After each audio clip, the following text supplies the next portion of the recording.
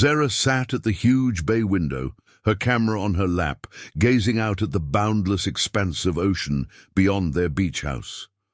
The mellow light of the late afternoon sun projected a warm golden tint across the sea, and the quiet crashing of waves broke the silence that had formed between her and Ethan during the previous few months. Max, their golden retriever, reclined her feet, his head resting on her lap and sighing blissfully. Sarah stroked his fur absent-mindedly, deep in thought. Ethan had been working late, again preoccupied with his current design project. It wasn't uncommon for him to skip supper these days, and Sarah had become accustomed to eating alone, accompanied only by Max. She knew the importance of Ethan's work. His career had always been his passion, but she had recently begun to feel invisible. Their once intense relationship seems to have faded into routine talks and fleeting displays of affection, leaving her yearning for the intimacy they once enjoyed. Max had become her regular company. Throughout these lonely times, she took him for long walks down the beach, taking comfort in the simplicity of his presence. He didn't ask for much, only her presence, and in exchange he offered her the unconditional love she thought she lacked.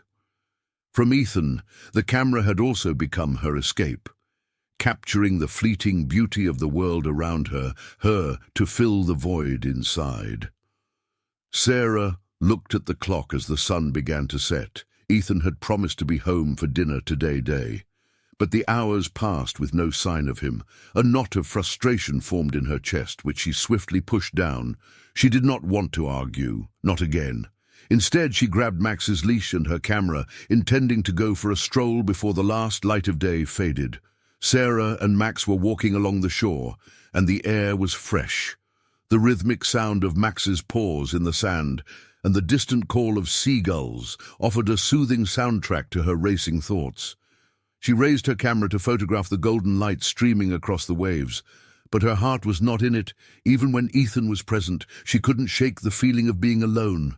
When they returned to the house, dusk had set and Ethan's car was finally in the driveway. Sarah's heart eased briefly, but anxiety returned. When she entered the house and discovered him sitting at the dining table staring at his phone, he did not look up when she stepped in. "Hey," she replied, unclipping Max's leash. Max dashed towards Ethan, wagging his tail, but Ethan scarcely recognized him. "Sorry, I'm late," Ethan murmured, his gaze still fixed on his phone. Sarah bit her lip, trying to keep her voice steady. "That's okay. I went on a walk with Max." Ethan nodded absently, still distracted, and the stillness between them grew. Sarah stood there feeling the weight of their unspoken words and wondered how long their marriage could endure. The growing distance Sarah had planned the weekend trip as a last-ditch effort to reignite her and Ethan's relationship, which she wore was fading. They had driven up to a quiet seashore cabin which had previously had wonderful memories. Now that they were seated across from one another at the small wooden dinner table, the air between them was thick with unsaid tension. Sarah's heart fell as Ethan scanned through his phone. Ignoring the supper she had prepared, she stared at him, the weight of his absence palpable, even though was physically present. "Housework?" she inquired, attempting to entice him into conversation. Ethan looked up, his eyes fatigued, and gave a shrug. "Busy, always busy." His tone was bland and contemptuous. Sarah clenched her hands under the table. The answer was always the same: no depth, no connection. She suppressed her frustration and tried again, this time with a lower voice. "I miss you, Ethan. I feel like you aren't here anymore." Ethan's expression darkened at her words. He dropped his phone on the table and exhaled heavily, rubbing his temples. "I'm doing the best I can, Sarah. I'm providing for us. Isn't this enough? It's not just about providing." Sarah explained, her voice shaking. "I need you with me, not only physically, but emotionally lately. It feels like you're a million miles away, and Max is the only one who has been there for me." Ethan's gaze shifted to the puppy who lay blissfully at Sarah's feet. His jaw tensed, and Sarah saw a glimpse of something unreadable in his gaze. "Max, are you talking about the dog now?" His voice was icy with the hint of distrust that sent a shiver through Sarah. She blinked, puzzled by his reaction. "What do you mean? Max has simply been company. I have been lonely, Ethan, and he is. I've noticed how much time you spend with him." Ethan cut her off, his tone low and strained. "You're always with him, chatting to him and taking him places. It's as if he replaced me." Sarah felt her stomach drop. "What Ethan that is! Crazy, he's a dog, for God's sake." But Ethan was not listening.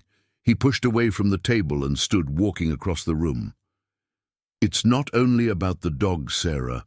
I realized how remote you have become. You never speak to me like you used to. Maybe I haven't been around much, but you don't even bother to reach out anymore."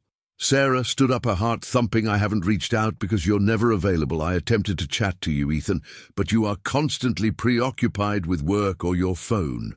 When I need someone to listen, Max is the only person who does, but he's just a dog."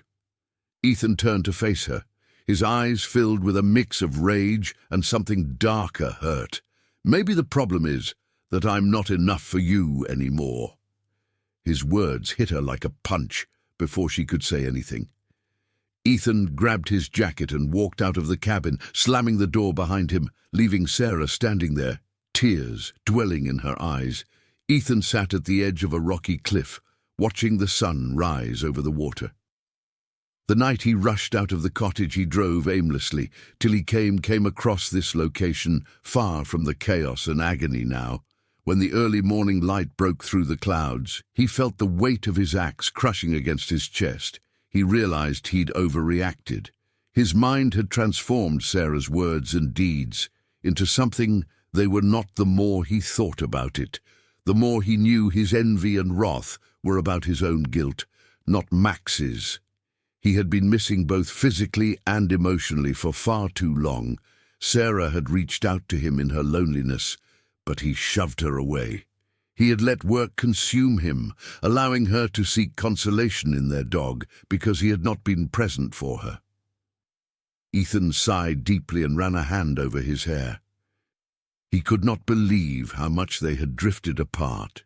He adored Sarah more than anything, but his own anxieties had blinded him to her requirements.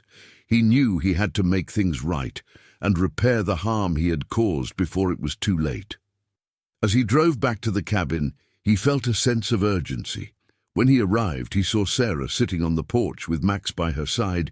She appeared tired, her eyes red from crying, but there was a quiet strength in her posture that made his heart hurt. Ethan got out of the car, his hands quivering slightly. "Sarah," he said softly. As he neared her, she looked up, her expression unreadable, but did not move. Max wedged his tail when Ethan arrived, as if he sensed the importance of the moment. Ethan stood in front of her, aware of the weight of the silence between them. "I'm sorry," he admitted, his voice breaking. "I have been an idiot. I let my anxieties get the best of me, and I wounded you. I know I haven't been there for you as much as I should have been, and I regret making you feel as if you had to turn to Max because I wasn't enough." Sarah's G softened, and she stood up, arms protectively wrapped about herself. "I did not turn to Max because you weren't enough, Ethan. I turned to him because I was lonely and needed someone, but I've never stopped needing you. I just didn't know how to contact you anymore." Ethan's heart squeezed. "You don't need to contact me anymore. I'm here now to fix this. I know I've been neglecting you, Sarah, but I still love you. I love you more than anything else, and I'm willing to do whatever it takes to make things right." Sarah's eyes welled up with tears of relief. "I love you too, Ethan," she whispered. "I've always loved you." They stood there, the early morning light enveloping them in warmth, holding one another for the first time in what seemed like forever. Max crawled cheerfully at their feet, a silent reminder of the loyalty and affection that had always existed even in their darkest hours. They stepped inside together, determined to re-establish the trust and connection they had nearly lost.